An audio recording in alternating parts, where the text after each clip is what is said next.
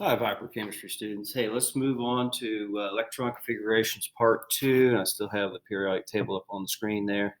But we're going to look at some little bit more advanced elements, or ones that have higher atomic numbers. And I thought maybe we would look at iodine here. Iodine is number 53, so it has 53 electrons. And so let's see what the electron configuration would be for that. Now, what I'd really like to show you is a shortcut that you can use to do this.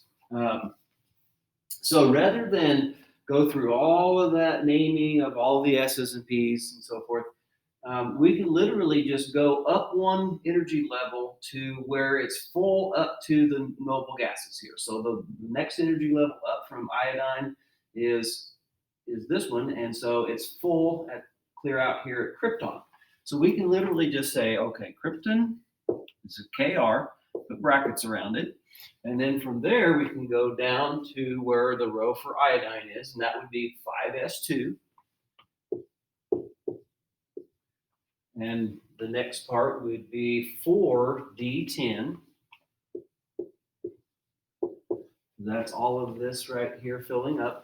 And then iodine is the fifth one over in the P, so that'd be 5p6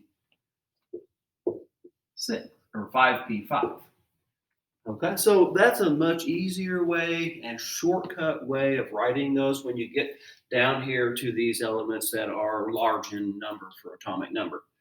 Now, remember, all of this is about trying to give every single electron an address, that's unique to that element. And so we're just assuming that the number of electrons are equal to the atomic number, which is the number of protons.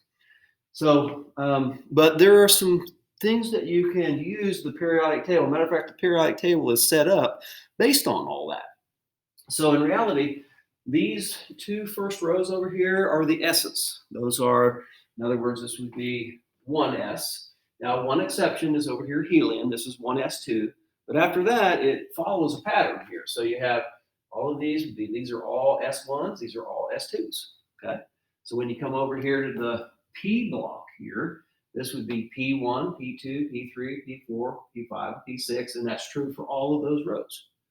Okay, all those columns. Now this is the D block right here. All of those are D.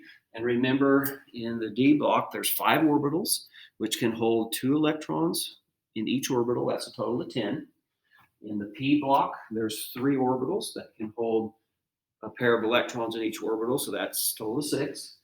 And this right down here represents the F block, which, remember, there's 7 orbitals that can be paired up for a total of 14. So that's kind of what's happening there. Now, let's look at one like down in the F here. Let's look at europium here, see what happens there. Real quickly, try to do this. So europium is EU, and europium has 63 electrons. It's always good to kind of write like how many electrons you're working with on that. So, if here's europium, it lines up with the 6th energy level. So we come back up here to the end of the 5th energy level, which is xenon. So we start with xenon because everything is full up to xenon, which again is right here. Then we go back here to 6s2. So you have your 6s2 there. And now we're getting into the F here. So we're getting into the 4f. And that would be 1, 2, 3, 4, 5, 6, 7th one over. So it'll be 4f7. And there is your electron configuration for europium, which is down here, number 63.